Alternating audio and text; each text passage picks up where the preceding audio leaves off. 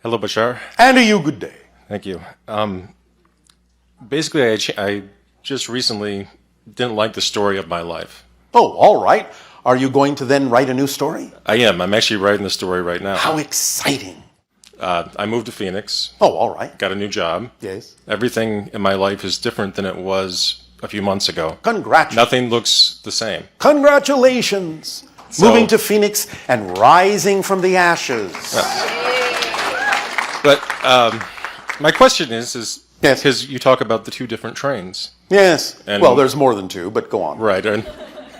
Or the parallel realities, basically. Yes, and you started with the 9 planets and things like that. Yes. Since I've changed my story, yes, changed my surroundings completely. You're not the same person. Okay. I guess that's kind of what I was going to ask, yes. Literally, not the same person moment to moment to moment, which means that the new person you are has whatever history you define to be true. Okay. Okay.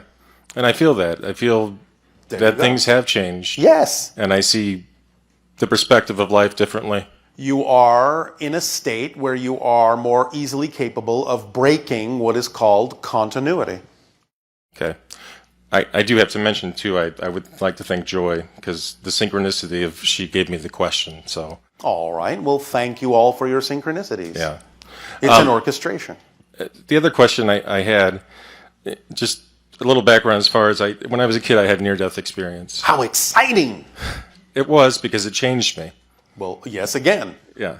It made me search and find, what was really out there, because I had that experience of knowing. Which is why you chose to have that. Right.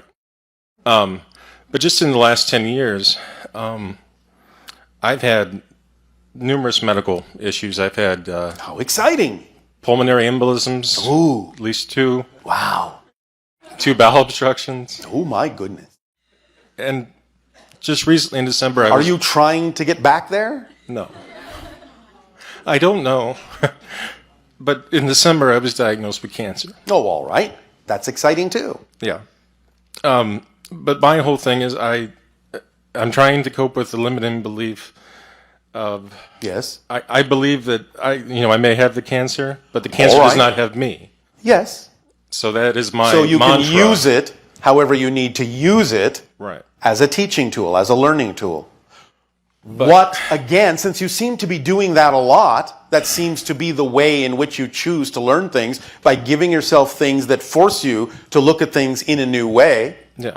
Since you're using it that way, since you've been using it that way, you can look at this as yet one more form of that.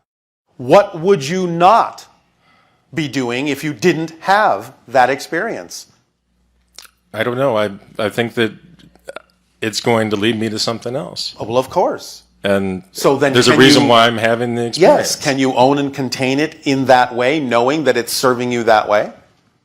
And that when it no longer serves you, it won't be there? Because you will be a different person then who never had it? Yeah. Yeah. Are you sure? Can you wrap your mind around the 13th step? Right now it's a struggle, because I should be doing like chemotherapy and doing bone marrow tests and stuff like that. But I have a belief that... Yes. I have a negative belief against it. All right. I don't know that the chemotherapy would really serve me. Make sure that you are clear about your beliefs. Because we understand that many of you prefer to do things in a more natural way, and in general, that is generally best for you. But if you have a belief system that those things will actually work for you, don't ignore them. Okay. You have to be honest about your belief, because it may be teaching you something to go down that path and learn it that way, without necessarily always just automatically shutting a door that might serve you just because you don't want it to be the way in which something will work for you, because you think you should be being more spiritual than that. Sometimes the most spiritual thing to do is to give over to the actual belief system that will guide you through the process you need to go through. Not saying you have to do it one way or another, but just make sure you are clear about why you are saying you don't want to do it that way. Because if you examine your beliefs, you may find that there is a combination of things you can do, some of this, a little of that, that may actually be your true path between all the different decisions, all the different choices. Okay. So don't ignore, but make sure you are clear about what is true for you and what isn't. And that you're not labeling something as untrue just because you're afraid of it. Just because you think you shouldn't have to do it that way. That's all we're saying. So is my belief strong enough to... It's not about strong enough. It's about what you know to be true for you. It's about clarity. Okay. Is it clear enough? That's what we're saying. Okay. So, use this time to examine your beliefs, see what conclusions you come to when you are willing to open up to allowing all choices to be equally valid so that you can choose what you truly prefer without invalidating what you don't prefer. And that will guide you. That energy state will guide you. Okay. All right? Yeah. That's your process right now. Okay. Thank you. And remember that death is your friend. You've used it many times to help you change course. I don't think I'm afraid of it. I've stared at it a few times. So Exactly. So there's no reason to be afraid now, is what we're saying. No matter what this leads to, there's no reason to be afraid because you're familiar with the territory. Yes? That makes sense. All right. And what you're doing right now is letting go of negative beliefs through the chemistry of your tears. You follow?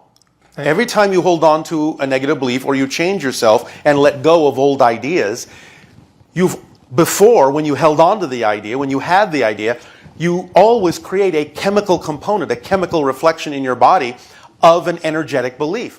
Once you change and let go of an old belief, you actually have to release the chemical constituent that went along with that belief, and more often than not, most of you do it through your tears. You're washing the chemical reflection of the negative belief out of your body, literally. Well, it's a release. It feels good. Exactly. That's why it feels good, because you feel lighter after doing it, because you actually have dropped things that are no longer relevant for you. Okay. Does that make sense? It does. It's crystal. Yeah. All right. It is. And please always remember that as you go on this journey, whatever it is you know you're all about, whatever it is you know you can do, remind yourself, you can, sir. You can, sir. You understand? Yeah. I can, sir. Yes. I can be who I prefer to be. I can, sir. Yes? Yes. I appreciate that. You are very welcome, and you're not alone. You're having help with this from your guides and many other beings. You're never alone on this journey, ever. You're walking hand in hand with others. Okay. Sorry. No. There's no need to apologize. You expressed yourself. It's beautiful. All right? Yeah. All right. Sweet dreams. Can, sir. You can, sir. I got it. And so can you, sir. Okay. Good day. Thank you, Bashar.